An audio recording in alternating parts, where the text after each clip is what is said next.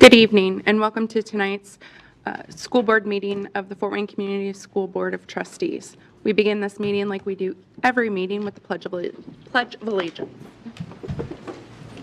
I pledge allegiance to the flag of the United States of America and to the republic for which it stands, one nation, under God, indivisible, with liberty and justice for all.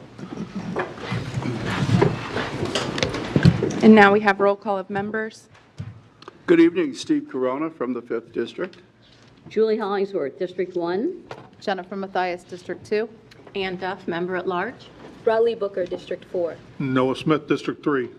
And to my left, we have Dr. Daniel, Superintendent of Fort Wayne Community Schools, and Clerk of the Board, Angela Filler. And I'm Maria Norman, Member at Large. We have no awards and recognitions this evening, so we start with the consent agenda, which includes the approval of minutes from the April 24th meeting, vouchers and payroll from period ending May 8th, and the payroll for the period ending April 21st, and the personnel report. Is there a motion on the floor? Move to approve. Second. Thanks, Noah. Thanks, Raleigh. Dr. Daniel? No? Okay. All those in favor? Aye. Any nays? Okay. We have no old business, and that takes us to new business. I'm scrolling. Yep. Okay. Oh. We're getting there. There we go. The McKinney-Vento grant. It is recommended that the board approve the proposal for the acceptance of a one-year McKinney-Vento grant award for the 22-23 school year in the annual amount of $193,068.21 on behalf of the Allen County McKinney-Vento Consortium.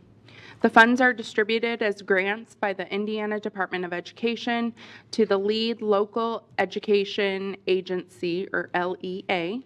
These funds will be used to support the Fort Wayne Community Schools Families in Transition Department by establishing educational programs that provide tutoring, supplemental instruction, summer programs, partial salaries, and access to early childhood education programs not otherwise provided through federal, state, or local funding.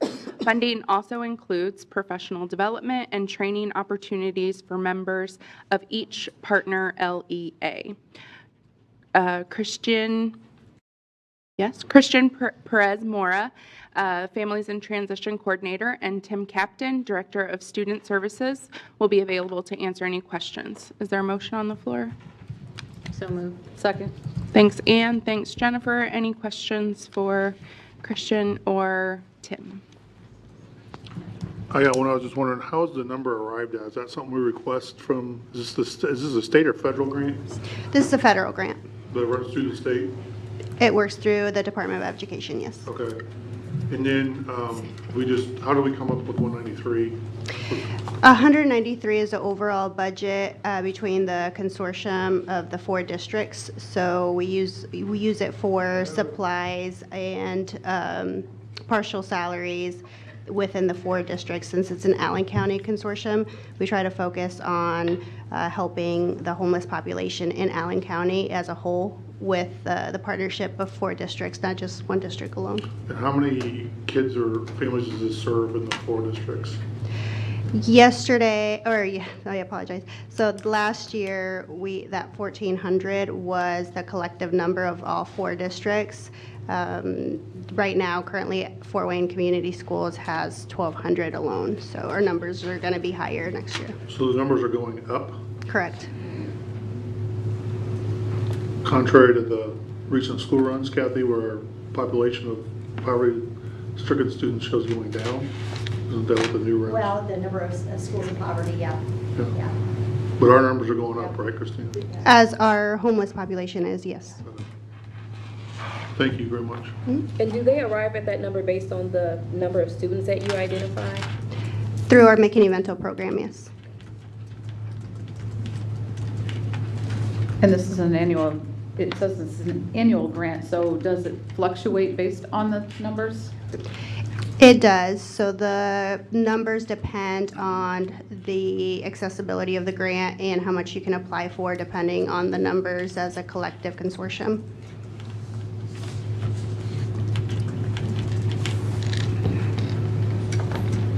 Any other questions? Well, thank you for your work on reaching out to these needed families. Thank you. Thank you. All those in favor? Aye. Any nays? Next item on the agenda is Fort Wayne Museum of Art Board appointments. It is recommended that the board appoint Josh, is that Raikkonen? And, oh, thank you. I like that. I like the thumbs up. Thanks for that. Raikkonen and Matt Schiebel to the board of Fort Wayne Museum of Art for 3-year terms. The Board of School Trustees of Fort Wayne Community Schools is entitled to appoint 2 members of the board of the Fort Wayne Museum of Art. Josh Raikkonen is the Curriculum Coordinator of Social Studies, and Matt Schiebel is the Executive Director of Safety and Community Partnerships. Both have agreed to serve as members of this board. The 3-year term begins June 1st, 2023, and will end May 31st of 2026. Is there a motion on the floor? Move we approve. Second. Thanks, Noah. Thanks, Ann. Nobody here to answer questions, so all those in favor? Aye. Any opposed? Okay, thank you. Next one is Power School Student Information System, SIS, Maintenance Renewal.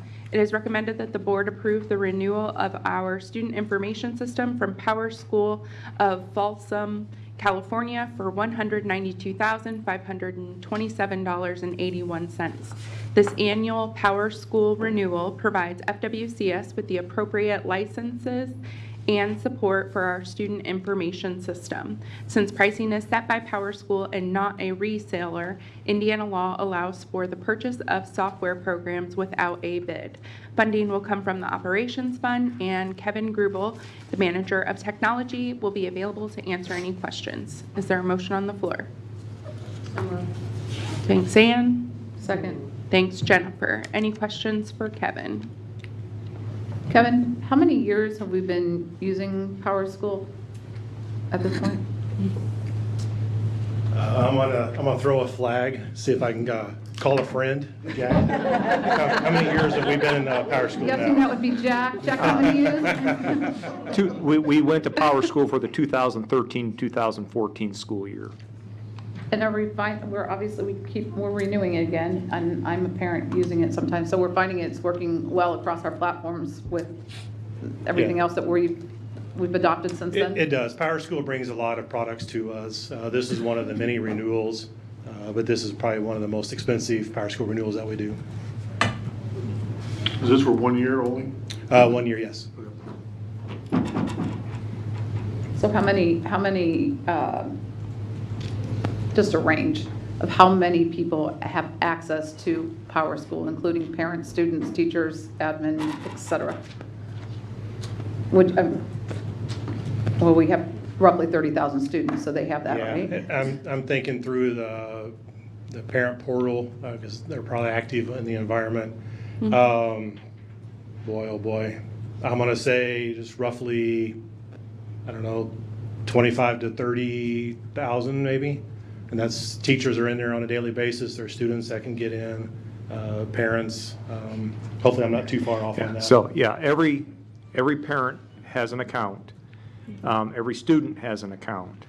That doesn't mean that they're active, but they have an account. So right there, if we've got roughly 18,000 families. We've got 28.5, I think the last count was, students.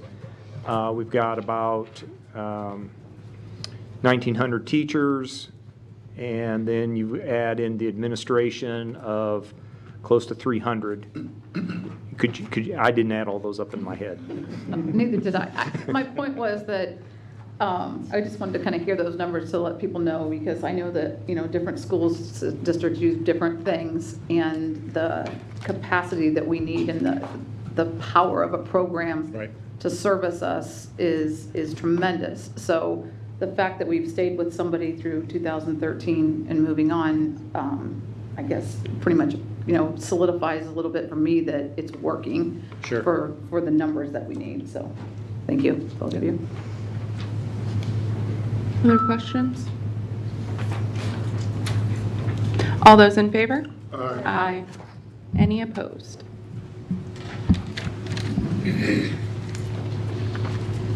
All right, next thing is public hearing concerning possible district-wide safety and security and handicap accessibility facility improvement project. That's a whole mouthful. It is recommended that the board conduct the first of 2 public hearings for a possible district-wide safety and security and handicap accessibility facility improvement project. The estimated cost of the project will be in excess of $1 million, but less than $10,250,000. The project includes, but is not limited to, the installation of security equipment in buildings operated by the school corporation and the installation and/or replacement of several elevator lifts at several facilities operated by the school corporation, including but not limited to the installation and/or replacement of the 750-pound platforms with a 1,400-pound limited use, limited access lifts. The board has discussed the potential project at the work session on April 24th, 2023. A second public hearing is required on May 22nd. The board will also be asked to vote on the project at that meeting. Both public hearings were properly advertised on April 27th, 2023. Kathy Friend is going to have a presentation. Thank you. Thanks, This is Kathy. even though we've presented at the work session, this is a required presentation that we do tonight at the public hearing. So what I'm showing you in this chart, you're familiar with seeing this chart that shows all of the debt that the district currently has. And within this chart, you can see that dark green line at the top, which is our goal rate, that we don't go any higher than 0.3028 of our $100 of our assessed valuation. So you can see we're a little bit underneath that maximum rate right now. That rate was established back in 2011, or that goal rate was set back in 2011 when we did our first referendum. And at that time, that was a 10.5 cent increase over what our current total debt rate was. And so there was a whole strategy built into that was based on that's what our max goal would be in the future. These are the items that would be included in this new general obligation bond that we discussed. And so even though the board rec has a range in it, we believe it'll be about this $9 million is what we're asking for. And this, as the board rec said, it includes replacement of ADA lifts and security capital projects. And I'm not going to go into all the details of those, but you can see here what is included. This does not, in the security capital projects, that does not include anything that would be covered in the referendum that we have also been out discussing publicly. These would be things that could be included in schools without the extra necessary staff that's included in the referendum. So these are things that we'd like to get going on and not have to be also dependent upon the referendum. So then the next chart shows you what it would look like if we added this debt service on top of the other debt that we have already. And you can see that it is structured in a way so that we would still be either at or below the goal of 0.3028. And then this chart right here is the required information really that you are to receive this evening. So you can see here, this tells you what our current levy is, $32.5 million with a rate of 0.2879. With the new debt added in, it would be $35,938,525. That would be our debt service, total debt service, with a rate of 0.3028. And then also states a maximum debt payment of $11 million a year. It will probably be lower than that, but this maximum rate is stated just to cover us when they go to market. Total interest is estimated at $2.3 million. Again, that's probably overstated. Jim Elizondo shared with me that he thought our interest rate would probably be in the market of about 3% based on a 4-year repayment schedule. The maximum repayment term will be 6 years. As you saw in the document, we expect for it to actually be 4 years.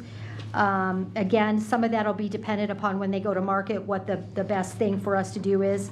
And then the last 2 items are just items that we're required to share with the public. The annual debt service is 0.44% of our assessed value. And in terms of overlapping debt with all units in our boundaries, it would be the outstanding debt from other taxing districts that are included in our boundaries would be 4.68% total. So that's all of the overlapping units. So do you have any questions?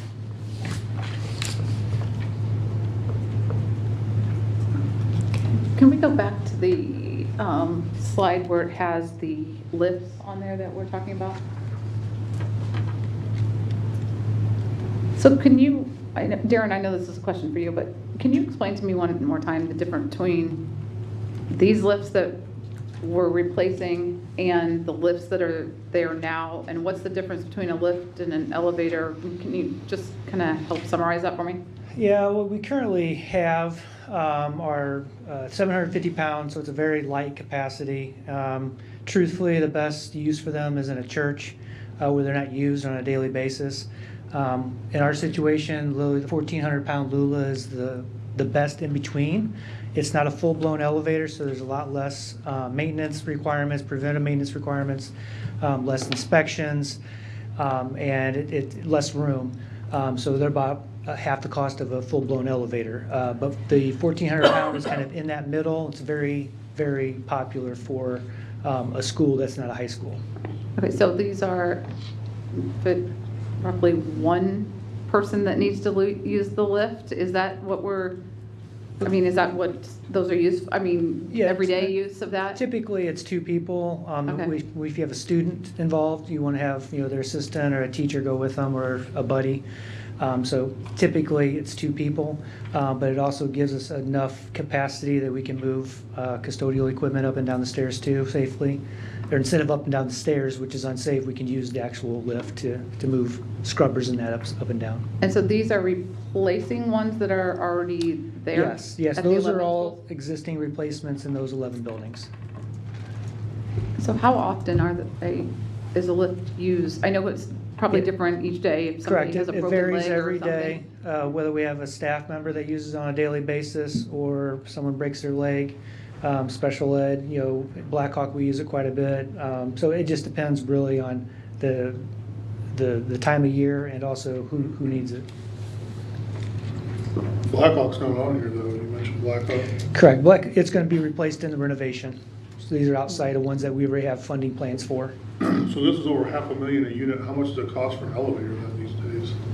It's about twice that. It's almost $1 million an elevator.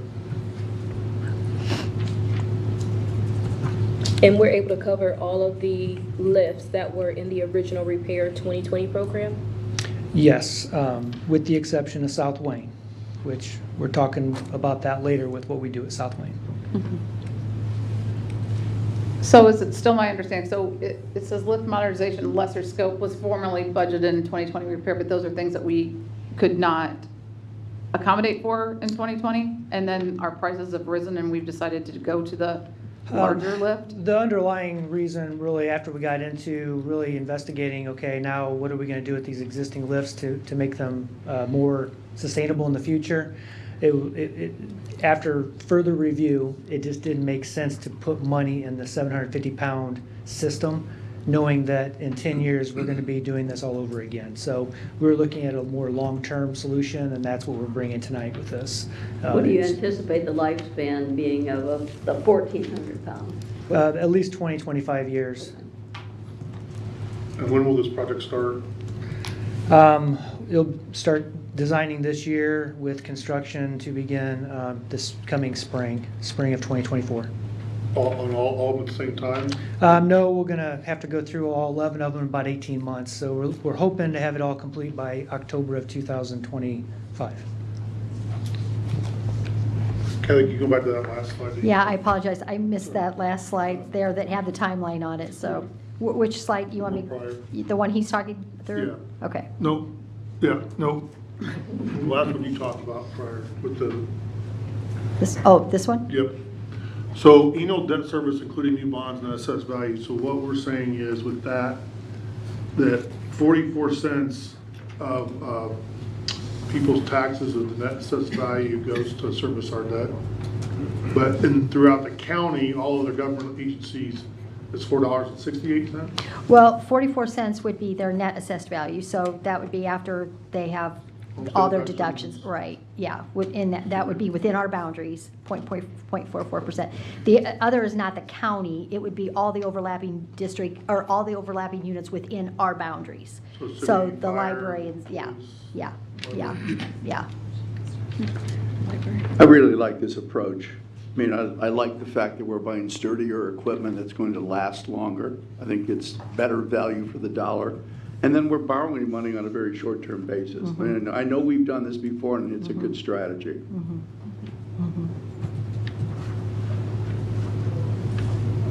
Do we need to take any motions tonight? And if you go back to the itemized list again, so the bottom 3 items, that's going to be updates for every school building? That's correct. Okay. And you want to just talk about that a little bit, since maybe people don't know what it is? Yeah, but- sure. So the intrusion detection access control system, we're looking at adding more capabilities for our staff to use digitally. So it also will have additional sensors on exterior doors. Right. Really beef up that existing intrusion detection access control system. It'll also integrate into our security cameras, which is part of the reason for the A-phone, the remote intercom station. It's upgrading those from the dumb, just to push the button and squawk at you. It'll actually upgrade into those other systems, so we can share that with other units. And then the last one is just looking at all of our exterior entryways, not just our front vestibule, but all of the entryways throughout the whole perimeter of the building, and adding 3M security film. I know this is not a part of what we're talking about tonight, but as a part of the topic of security, I know that we did an assessment of all of our buildings to see how secure they were. And I thought that was excellent, because none of this stuff will help if we prop open a door with something. And I know that every building principal, everyone in every building was made aware of that assessment, and to make sure that that is our first line of defense, folks. That this is good stuff, but if we don't do the obvious and necessary things, buildings aren't safe. So I really appreciated the fact that we did that building by building assessment of what our security status is. Good move.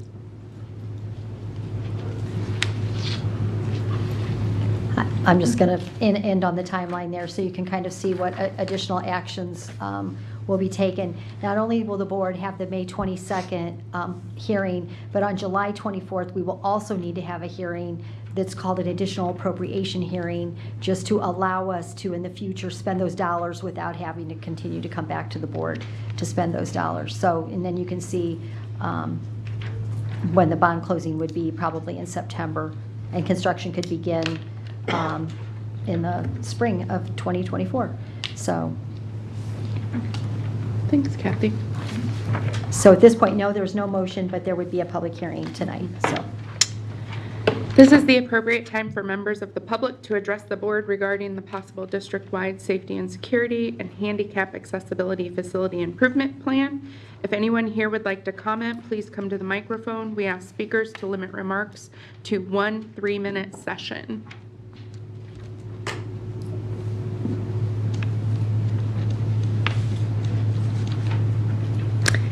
As there is no one who wishes to speak, the hearing is now closed. Okay.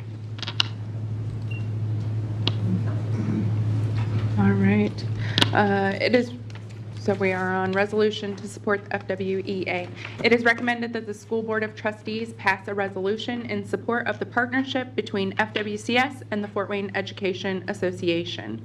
During the current legislative session, the Indiana legislature removed a mandate that school corporations discuss certain statutorily defined topics with their teachers' unions. FWCS intends to continue doing so despite this legal change and recommends passing a resolution to affirm that intention and support the FWEA.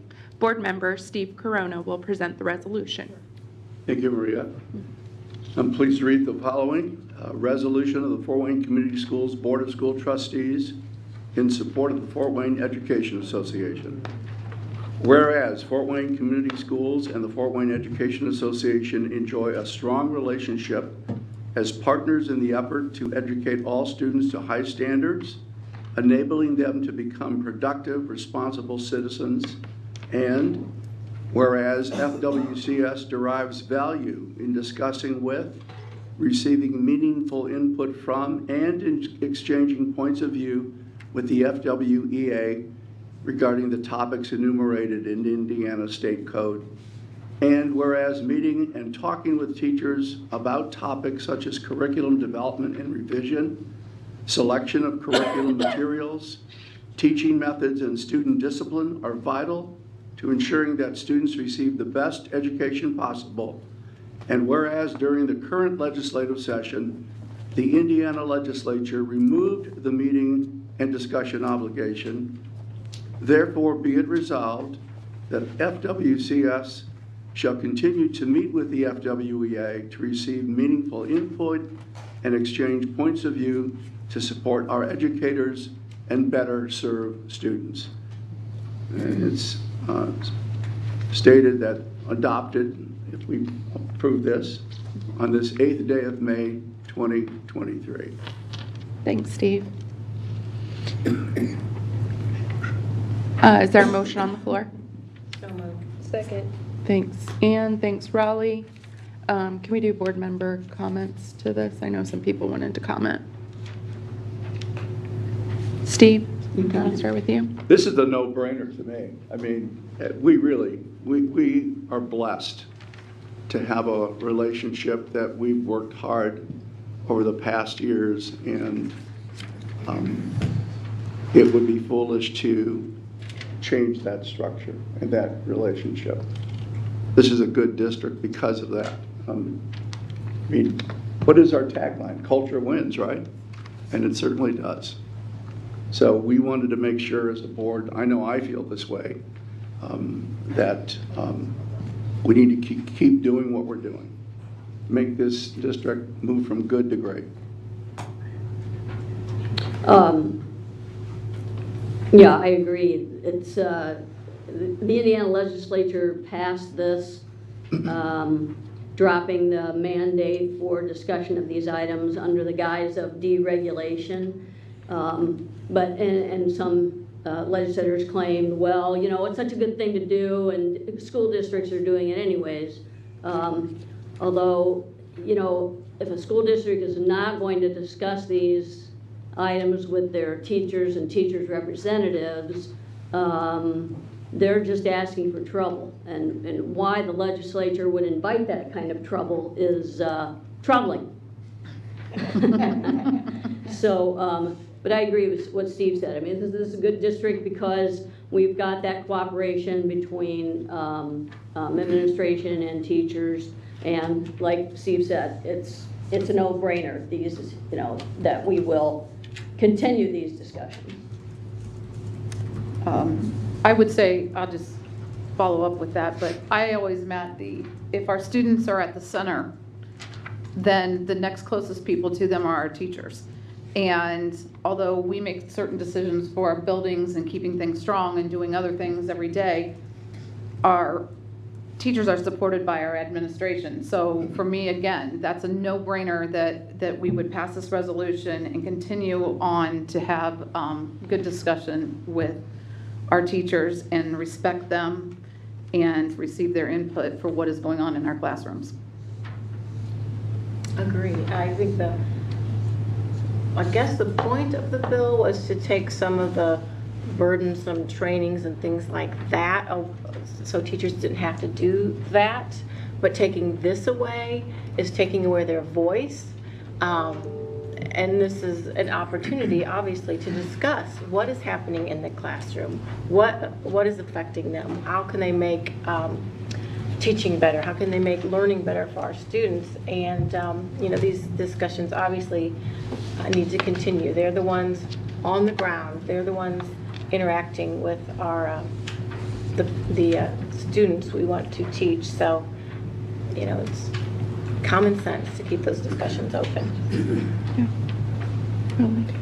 I just want to agree. I mean, there's absolutely value in getting the input of our teachers. I think some of us may have worked at jobs where our input was not asked for, it wasn't received, it wasn't used, and how that can turn out. So I'm glad we have this great relationship with FWEA, and I am glad that as a board we have decided to put forth this resolution and just make that statement and make that commitment to our teachers that we hear you and will continue to hear you.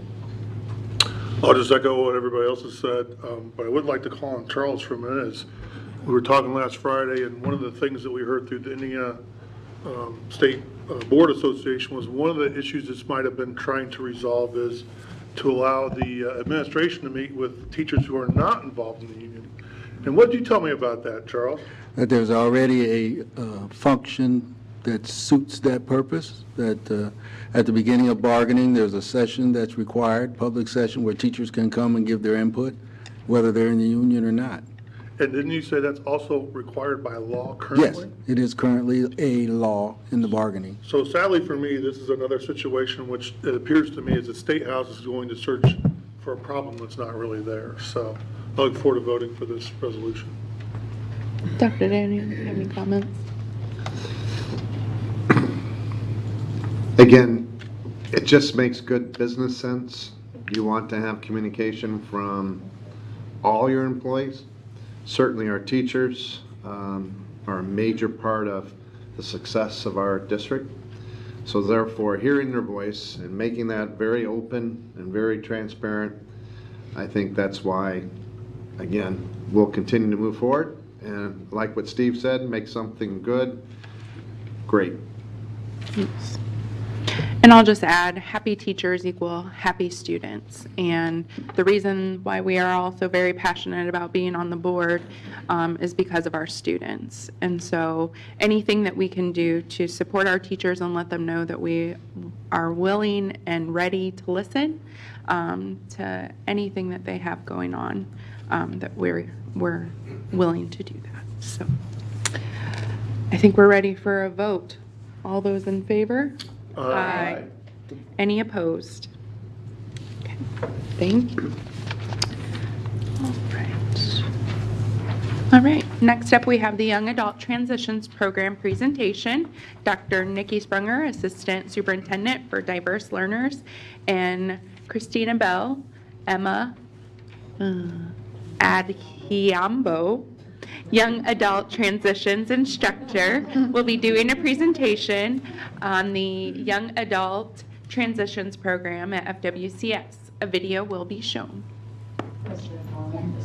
Members of the board, Dr. Daniel, Mrs. Filler, we are pleased to be here tonight to give a presentation on our students at the Young Adult Transition Program, and we will begin with a brief video of our students.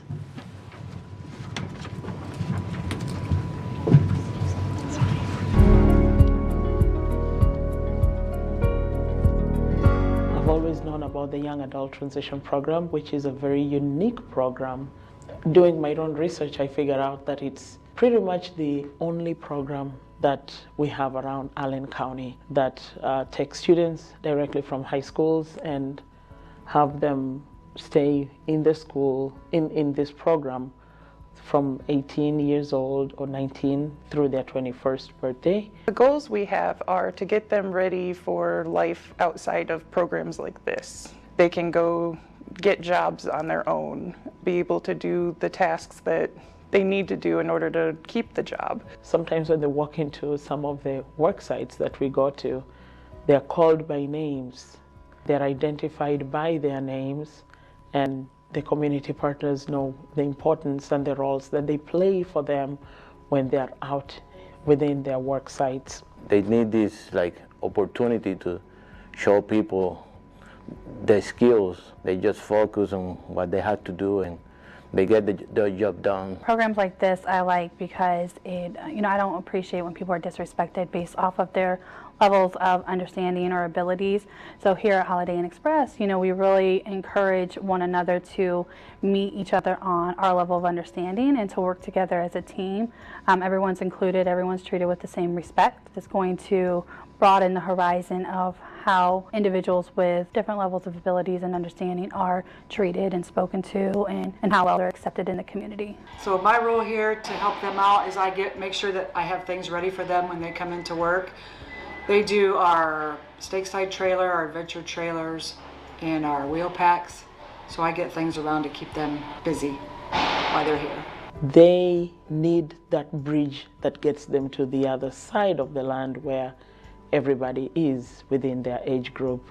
Those social skills aspect, the independent skills, money skills, budgeting skills, personal hygiene skills. We all need to look at our young men and women as the future of our community, or the future of this generation, the next generation that's going to lead. The students feel very appreciated and recognized when we are out in the community. One thing that I find, or a couple of things that I find very rewarding working in this department and doing this job, is that I'm able to have the ability to see the growth of my students, the ability to see them come in with sometimes very minimal skills and see them grow within a couple of quarters. Some of them might take a year, some of them might take 2 years, but I just want to assure you that every day I'm able to see my students make a step forward. They're working, they're living, they're making friends, being social, and that's exactly what we need.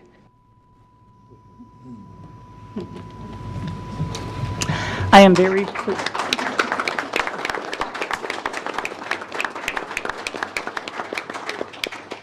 very pleased to have our instructor, as well as the Career Anthus Teacher of the Year, Miss Emma, present tonight, as well as our students, parents, and community members on the Young Adult Transition Program.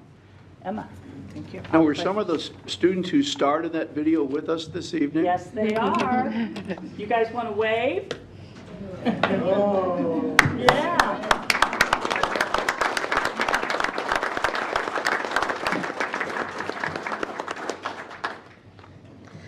Okay, I'm a little nervous.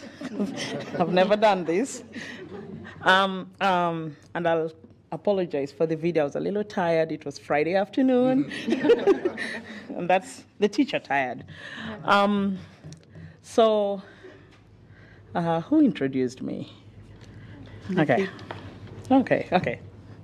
No, somebody say. Christabel. So now you understand why I go by Emma. That's my middle name. Everybody can say Emma. And then my long last African name that nobody can ever say right, so I just go by Emma. Okay, got it. No offense. It's okay. Okay, are we ready for the first slide? Yes. All right, okay, so allow me to read this because this is so important to me as an instructor. When I started working in the YT or at the Career Academy, this is my third year. I'm going to finish my third year in 3.5 weeks, I think, when the school gets over, 16 days. Each of my students, I believe that they deserve having an opportunity to explore, discover, and really work on their unique abilities in a very safe and productive environment, okay? So, with that said, we look at in the YT, which is the Young Adult Transition Programs, our students, before they come to us, they have to have pretty much attended an FWCS school, which is from one of our high schools. I believe we have 2 applied skills programs in the within our high schools. Northside hosts one program, and then Wayne High School hosts the other program. So majority of my students do come from the two high schools, and they have to have pretty much completed the 40 units that are required or mandated by the state of Indiana. And majority of my students are definitely 18, and they stay with me through their 21st birthday because they have stayed in high school for at least 4 years. So some of them come when they're 19, some of them come to us when they're 18, but we work with those numbers, okay? And for them to make it to our program, they have to have worked on some of the foundational skills that are required. And majority of those skills are assessed by a case conference committee and the teachers of record or the teachers that have worked with them, and we get them ready before they come to our program because, as you saw in the video, we are not sitting in a classroom, we are out in the community, and when we are out in the community, I totally believe that we represent FWCS, so they have to be ready to be out in the community and be the best representation we can put out there for special ed and for FWCS or our community. Next slide. So pretty much in our program, we focus on 3 different areas. We focus on our students tapping on those secondary opportunities, where we look at the career choices that they need to have in the future, and working on skills such as social skills, communication skills, technology skills, job-related skills that they need. And we also look at when we look at independent living skills, a lot of my students, I know some of the parents get shocked at some of the skills that they see in our classrooms because they're like, oh my God, I can't believe my daughter can fold those towels. They don't fold any towels at home. Yes, they can. So we work on several skills that they actually need, not just while they're in school, but they're skills that I hope that they take with them for the rest of their lives and wherever they go to. I would like, I remember when I used to teach at Northside High School, I used to tell my students, parents, when they're in 9th grade out to our first case conference, I would tell them, who does the paperwork when you go to the doctor's office? And they say, I do it. I say, make them write their name, make them put down their address. So for them, looking at skills like being able to fill that paperwork for their health, they should be able to do some of those things. And a lot of them are not going to do it in an overnight kind of teaching area, but we have to work on those. Some of them will get it in 6 months, others in 1 year, others 3 years, 4 years, but one way or the other, we get there. We also look at the community participation, where we try to tap on a lot of the community resources that are out there, community skills. We want our students to be 100% voting at one point. So we try to have them be aware of some of their voting rights, or be aware of their voting rights and be able to know that some of the things that we look forward for and we campaign for are pretty much things that they need, and they need to work on that so they can be better citizens out there. Next slide, please. With the YT, or the Young Adult Transition Program, we do have goals that we focus on. And I know I did mention this a little bit in my past slide, but we really focus on having a good way of having our parents get our students ready for their future. So this year, for the first time, we did host our first Next Step seminar. And did we pass the folders? Sorry. In our Next Step seminar, that's Miss Susie, by the way. She's one of our community partners from ARC. She was my speaker at the Next Step seminar, and she did provide those folders that you're getting to each parent that came to the seminar. It was 100%, we got 100% participation, and we talked about some of those things that can be very scary for parents. They've had their students in our schools for 21 years, 20 years of their lives, and they gotta get ready. to exit the schools at one time, and they have to be prepared for some of the things they need to know. Because sometimes we have our students graduating and we forget to check how their life's going 5 years from today. So this is just one of the ways that we get our students to be prepared for the life beyond being in high school. We also try to utilize the skills that we learn also, which I talked about in our last step, and now in my last, slide, sorry. Now, my third goal is for our students and our parents to really, really tap on the benefits that are provided by the state of Indiana, which is through the BDDS, or Bureau of Developmental Disabilities, and VOC Rehab. Now, through BDDS, they do qualify for a waiver. When I talk about waiver in schools, most people think about graduation waiver, but we are talking about a waiver that actually provides services for our students.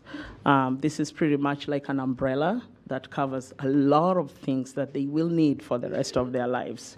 We're talking about housing, housing needs, independent living needs, and stuff like that. So we also focus on employment readiness. It is a custom in our community that students or people with disabilities don't work. Yes, they can work. You saw in the videos. They're able to do something. They might not do 100% like your other son or your other daughter, your nephew, or somebody you know down the street, but they can be very productive. And they've proven me wrong so many times in some of the things that probably I've been doubtful myself as a teacher. And we pretty much work very closely with PREETs. FWCS partnered with PREETs about 6 years ago.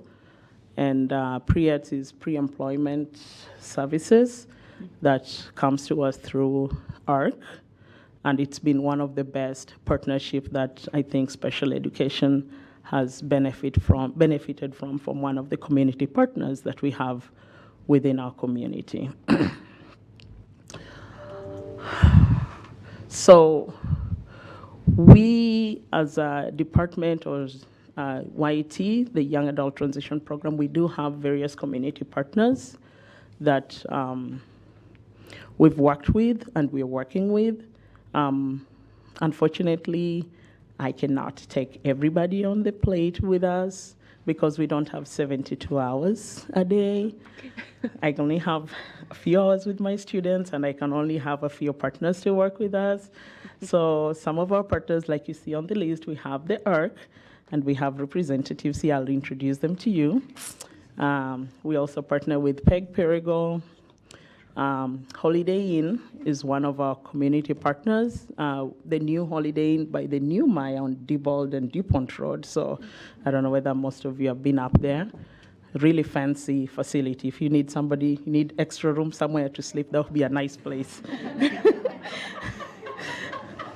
And then one of our newest addition is Lincoln Financial, which we will be starting to work with this summer, I believe so, or in the fall. And we do have the Community Harvest Food Bank that have been with us also for a very, very long time. And we also work with St. Vincent's de Paul, which is just down the street on Calhoun. We did a second partnership through Community Food Bank with Friends Around the Third World. It was like a pop-up volunteer job, and it was really neat. The kids liked it, and they did an incredible job. We also do jobs around Career Academy, also help with different departments, recycling with Sedaxo.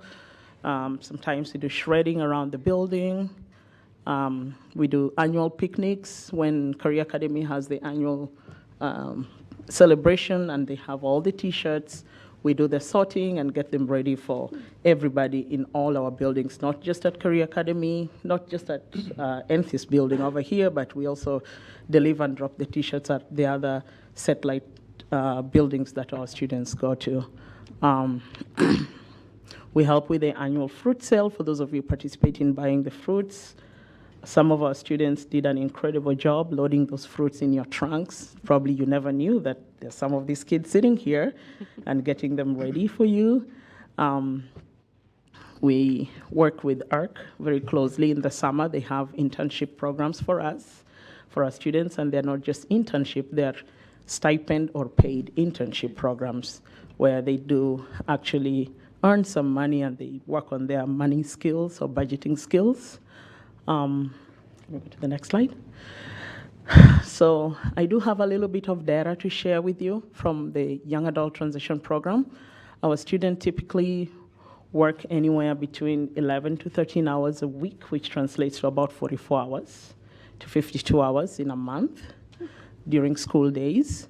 And they earn anywhere between $140 or $150 a week, which again translates to $560 to $600 a month. And in the summer that changes because when they participate, they apply and participate in the summer internship program. They get to work not just 2 hours, but they work about 4 hours a day, 5 days a week, and that pushes them to 20 hours a week. So they get to make a little bit extra cash in the summer. I know they earn somewhere between $9 to $13 an hour, $9 an hour, depending on how they go through that. Now, for them to do the internship program, I make them go through interviews, by the way. They dress up, it's really fancy, and they work on those interviewing skills and the skills that they actually need, like professional ethics skills and stuff like that. The other thing I wanted to share with you on our data is the celebrations that we've had. Last year was our first time hosting an end-of-year celebration / graduation. I wasn't sure whether I wanted to call it graduation, but it was like our first graduation. We did it in the auditorium. It was fantastic. And a lot of the students who exited the program, I know with the follow-up that I had, they have tapped into the resources that we've introduced to them as FWCS employees, and they're using them like beyond being in our school buildings. Of course, we have 100% graduation. They never leave us. They only leave when they have to because they've aged out. But other than that, they stay. They don't drop out. They stay with us. 100% of our students have the waiver, the Medicaid waiver that they need, that's supposed to give them all the support that they need for the rest of their lives. We work on that. Sometimes I know some parents are sitting there. We had maybe 3 years of phone calls, and we follow up and make sure that the students get the waiver, because by the time they graduate and leave FWCS, if they don't have waiver, it's hard for them to make it in life. The waiver can pay for transportation, it can help with paying for housing, it can pay for so many things, so long as you have the waiver. So it's one of the things I really push for when they come to my program and they don't have the waiver. That's the first thing we work on. You must have the waiver. When I started working in the YET program, we had 2 community partners. That was Food Bank, the Community Harvest Food Bank, and St. Vincent's. But until then, we've added up to 7 community partners working with us. And I am very thankful for the opportunities they've given us and given to our students and enabled them to grow and make their lives better. So, you want to do this? Yes. Okay. So you are invited on May 17th at 5:30 at Anthus is our end-of-year celebration. We would love to have you come if that's possible. I know there's a safety referendum meeting that night as well, but would love to see you there if at all possible. And Emma, I would like you, if you have our community partners stand up. They're so valuable to us.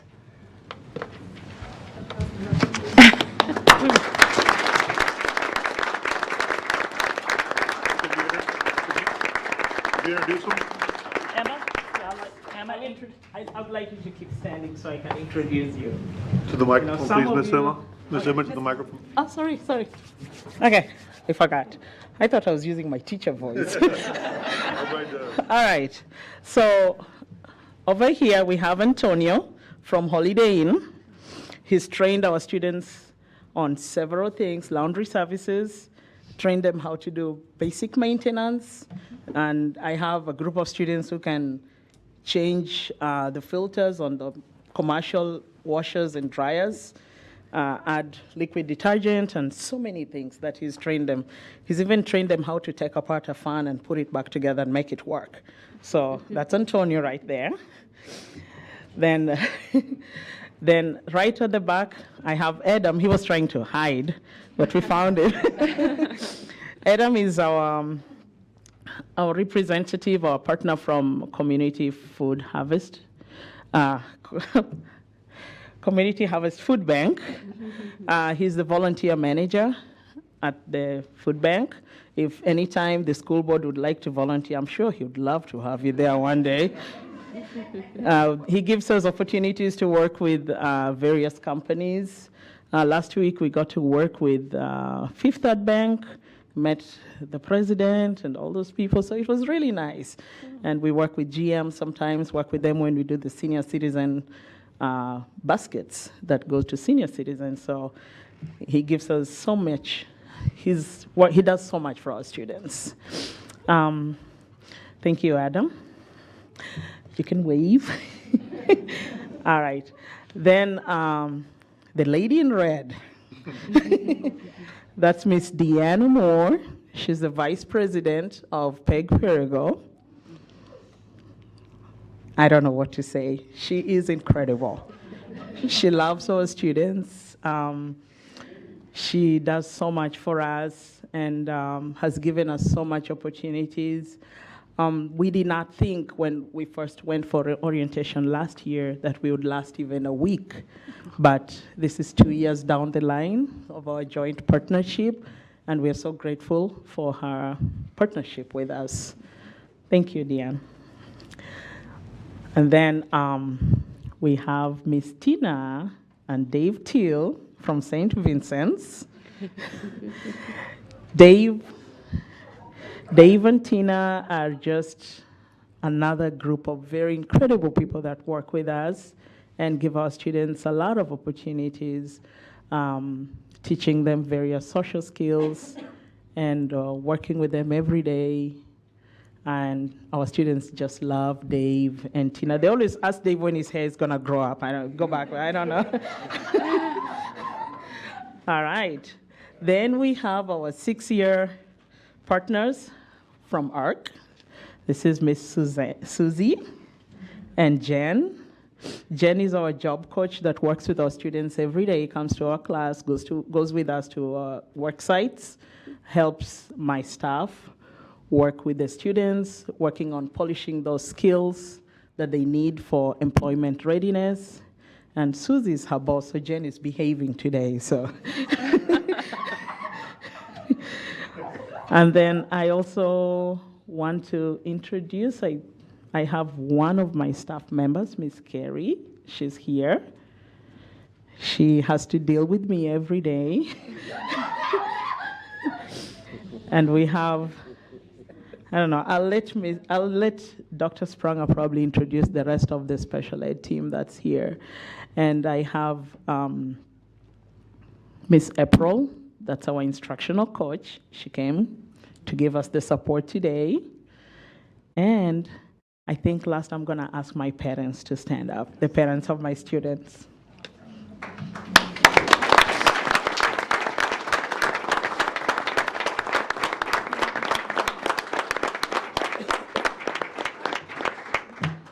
Okay, I'm an emotional person. These parents trust me with their kids every day. Okay, I am so thankful that they give me the support that I need.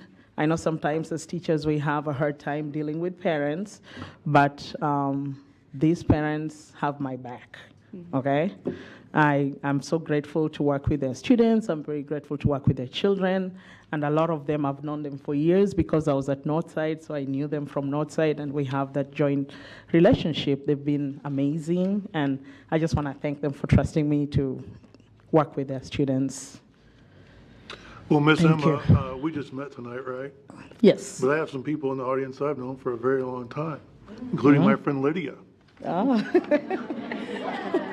And Lydia's mom and I were talking yesterday, and Marley Gernhardt, would you mind going to the microphone right there? And would you mind, Miss Emma just thanked you, but you mentioned you'd had something to say about Miss Emma. I don't even know where to begin without crying. This woman is amazing.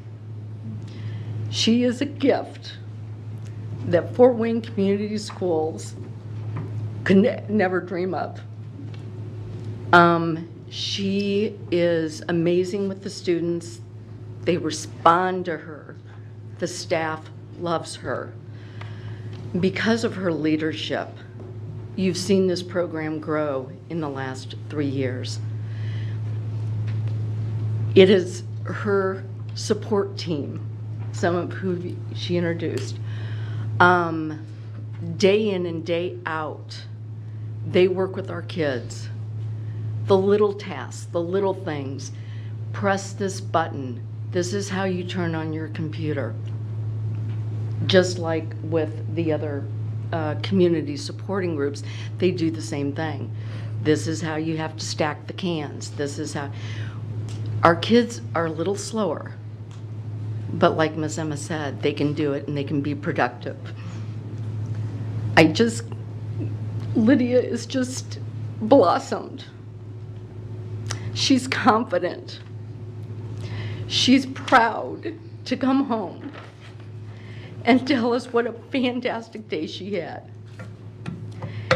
and what she did today. 2 jobs, Mom. I did 2 jobs. Where'd you go, Lydia? I went to Harvest Food Bank. We went to St. Vincent de Paul's today, sorry. And I said, what did you do? Clothes. Did you hang? Did you sort? She enjoys exchanging that kind of conversation, and it's really nice to have that adult-like conversation with my young adult daughter. She went to the Holiday Inn today. What'd you do today, Liz? I washed doors. You know, she enjoys talking about her day and the things she's learning. It would not have happened if it weren't for Miss Emma and her FWCS support team that work with her day in and day out. I can't thank you enough from the bottom of my heart. Thank you.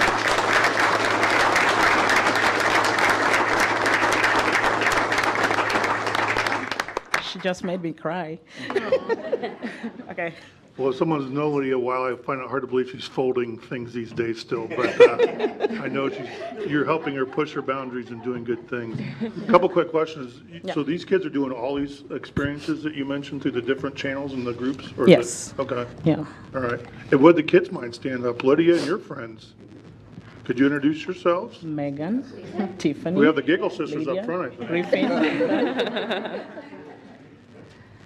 I've got to meet Ethan at Eastern Seals Arc. I'm privileged enough to serve on that board as well. I know they're very excited about the relationship we have at Fort Wayne Community Schools.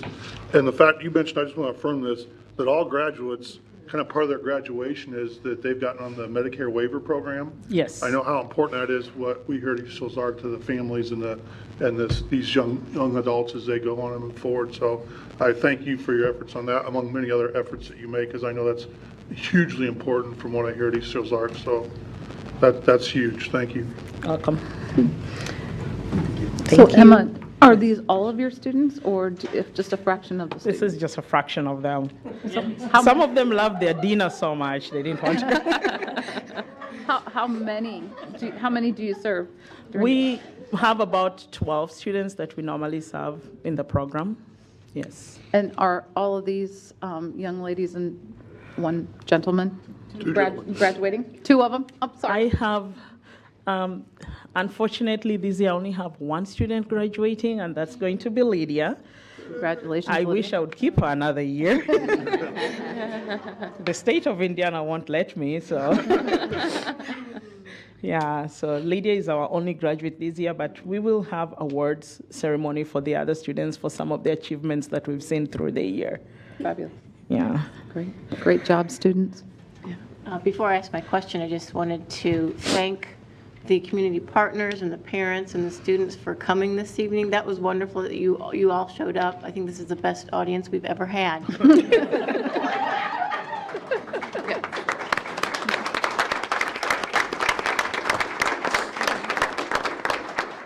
I did have a question. When they age out, do some of the community partners employ them, or are there certain places that they become employed? What percentage gain employment? So that's my goal with them. I do have some of my community partners that some of our students, as they train and do internship, and they say, I think so-and-so, X and X will be good for this position. How about by the time they exit the program, or they get ready to exit the program, they apply for the position, and we see how we can give them even further training to keep them, because they already have the skills that they need for the job, and it's just giving them that additional support. And that's where PREETS comes in, which partners with VOC Rehab, because what VOC Rehab does, they assign you like a job coach that shows up at your work. It's not going to necessarily be with you 100% of the time, but shows up at your work and give you the necessary support that you need. Maybe check on you. Are you showing up on work on time? Are you showing up at work on time? Did you call in when you're sick? Are you able to complete all the assignments that you're given on time? Are you dressing appropriately for the job? What areas do you need support for? So that's why we have PREETS in place with us. So by the time the students graduate and they get that opportunity to work directly with VOC Rehab, they already know some of the expectations that are given to them. So I cannot say, since I started working in this program, I cannot say that I have a student who has been employed. From last year was our first graduation. The two students that graduated actually ended up attending some of the resources that we talked about in the course of the year that I started working at Career Academy. And they tapped into those resources and they're using them. So they're attending like both of them are attending sheltered workshop. They get to wake up every day instead of sitting at home or being on the porch and doing absolutely nothing. They're attending sheltered workshop and they have something meaningful that's going on with their life. So that's my goal with all of them. I always tell the parents I don't want to see students sitting on any porch in the future. They have to be able to do something, even if it's 1 hour a day. Thank you. Yeah. Any questions? I did case management for BEADS and VOC Rehab, and so I understand how important it is for these students and their parents to have someone like you in a program like this to really help wrap your arms around them and support them. So just hats off to you, hats off to the district for being one of the only programs in the county, you said? Yeah, I think, we're the only ones with a young adult transition program. Yeah. Yeah. So it's great. Yeah, thank you. Am I allowed to sit now?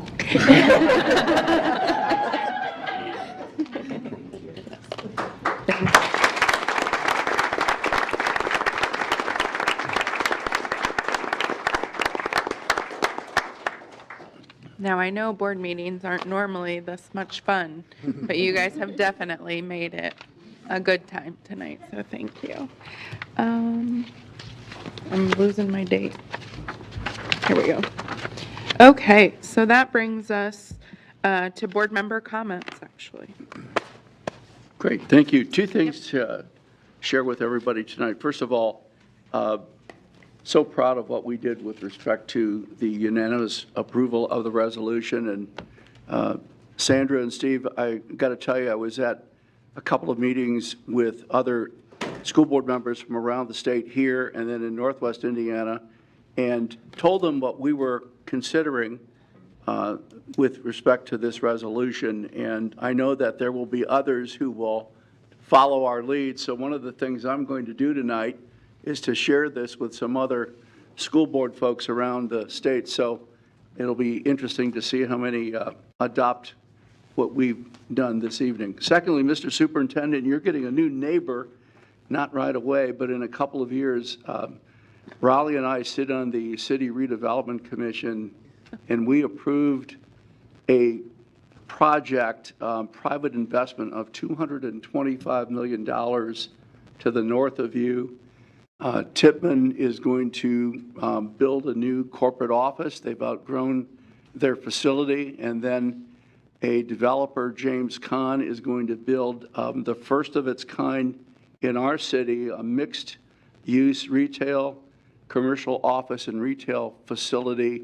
And this is on North Clinton, past Holland School, and just south of DuPont. Kathy Friend, it's going to generate another $1 million in property taxes. Currently, currently it only generates $9,000.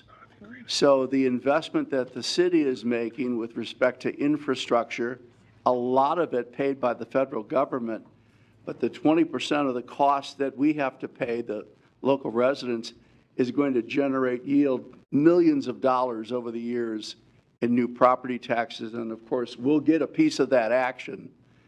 So it's exciting to see the scope of this project in our city. Again, it's not going to happen right away, but over time, over the next couple of years, it's going to be really our new community project that I think is going to help keep our city moving and grooving. So really, really good news this evening.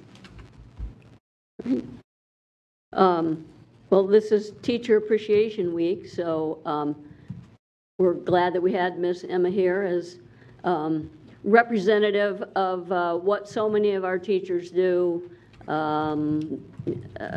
both in the classroom and out of the classroom. So thank a teacher this week, and hope it's a good week. And I think that's all I have. I was going to comment on that as well, but I'm always appreciative of my teachers, and thankful for, I have a senior this year, so thankful for every one of those teachers that my children have passed through, as well as all of them in the school. I got a list today, I think, from our communications department on the number of teachers that are retiring, and it was quite a list, of which I must be old because I know most of them on there. So anyhow, I'm very appreciative about those that, I think there was, what did I say, 78 of those who had service of 15 years or more, and most of them were upwards of 25 to 40 years, so that's pretty amazing.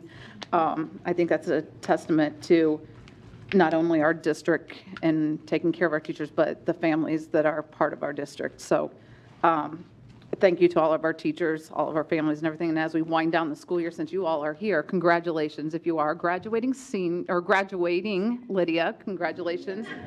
And we look forward to seeing the rest of you back again sometime for when you're graduating. So thank you all for joining us tonight. Thank you.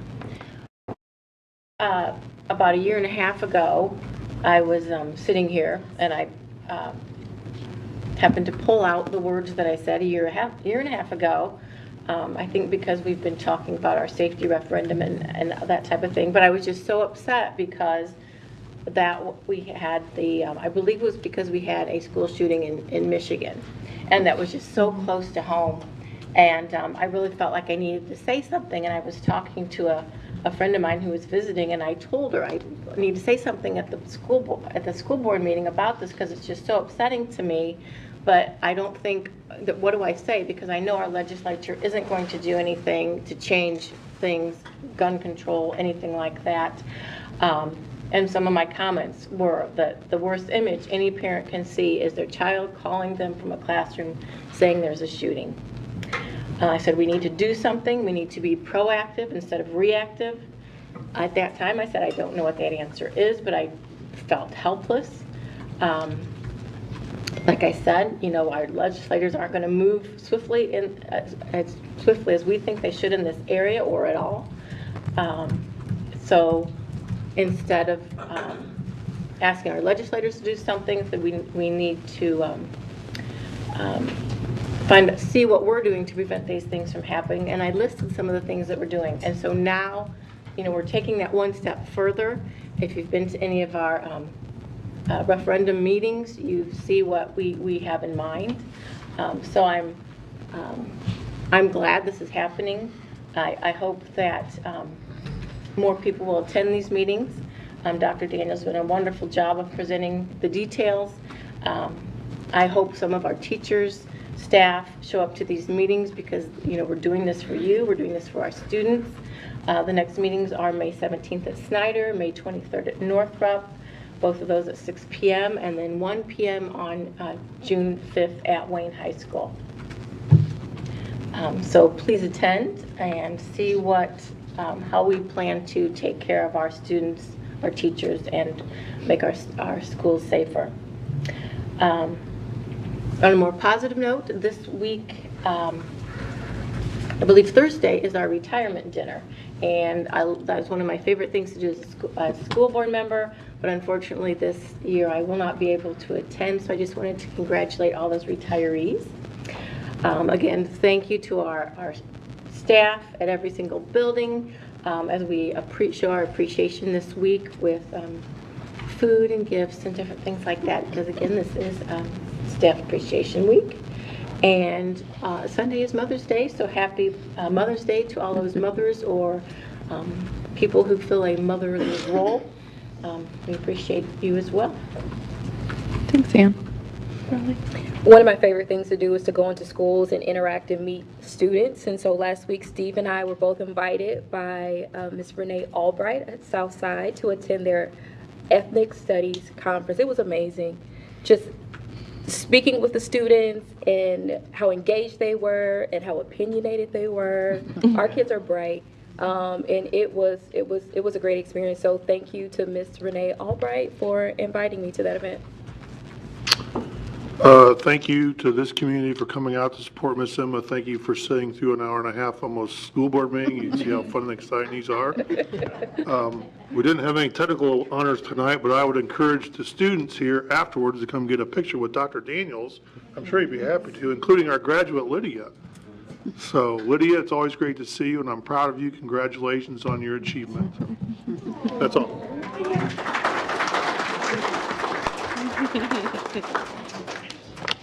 Dr. Daniel. Just so many amazing things that go on in FWCS. It's truly an honor to work here. So I have something I need, though. On the June 6th, we have our career fair, and would like for people to save the date. Actually, it's going to be for all our different openings that we may have.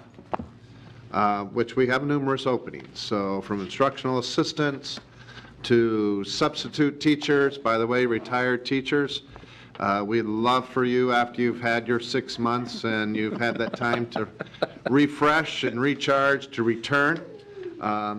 We need your assistance. We need your expertise.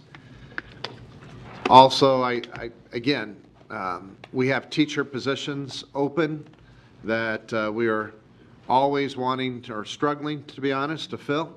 And hopefully this will be another way for us to canvass the greater community and see those positions go down to, our goal would be 100% filling all of our positions. So again, that date is June 6th, 3 to 7 p.m. We'll be having that at Northside High School. And hopefully, this will be a career fair that we connect with more of our community. Again, you never know. Maybe some of you out there in our audience right now. So those are my comments for today. Thanks. Well, I too would just like to show my appreciation to all of our staff and our teachers for Staff Appreciation Week. I know the Memorial Park PTSA is out in full force. I think anybody that has to deal with my student deserves all the popcorn and soda and candy and all the things. Because he's a turd sometimes.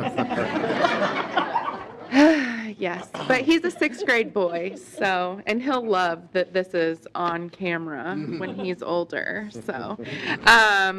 But just a couple of things that I had the opportunity to do and want to thank. I was able to judge the art show at Northrop High School recently, and that was just a wonderful experience. So thank you, Mr. Platt, for asking me to do that. I really enjoyed that. And then for those of you, I know Ann gave the dates for our safety referendum meetings, but the Peacemakers actually from Southside High School presented at the last meeting. And if ever you want to see something completely amazing, these students just, I think my jaw hit the floor. They're completely turning their lives around in our buildings. And I know that that happens to a lot of our students, but Dr. Daniel always makes the reference that, you know, you have students that are disruptive, but they're this close to being a great leader. And this was a group of students who definitely saw that they are leaders and just took the jump, the leap, and they are doing amazing things at Southside High School. So are they coming to all of our meetings? We hope so. We hope so. So if nothing else, if you would love to be inspired by our students, please come to the referendum meeting so that you can learn about our Peacemaker program. And then I just wanted to recognize Gary Bender. He recently passed away. He was a math teacher at Portage Middle School where I attended, but then he was also the girls volleyball coach at Elmhurst High School. And volleyball at Elmhurst just holds a real special place in my heart. It was definitely the thing that made school so much fun. And so I just wanted to send my thoughts and prayers out to his family and let them know that he definitely made an impact in my life, and he made high school fun and enjoyable. So I think that wraps up all of our comments. Move we adjourn, Madam President. Thanks, Noah. Thanks, Steve. Our next meeting is Monday, May 15th for student recognitions. And that's... Aye. Oh, yes. Yes, all those in favor of adjourning? Aye. Thank you. Any nays? Nice.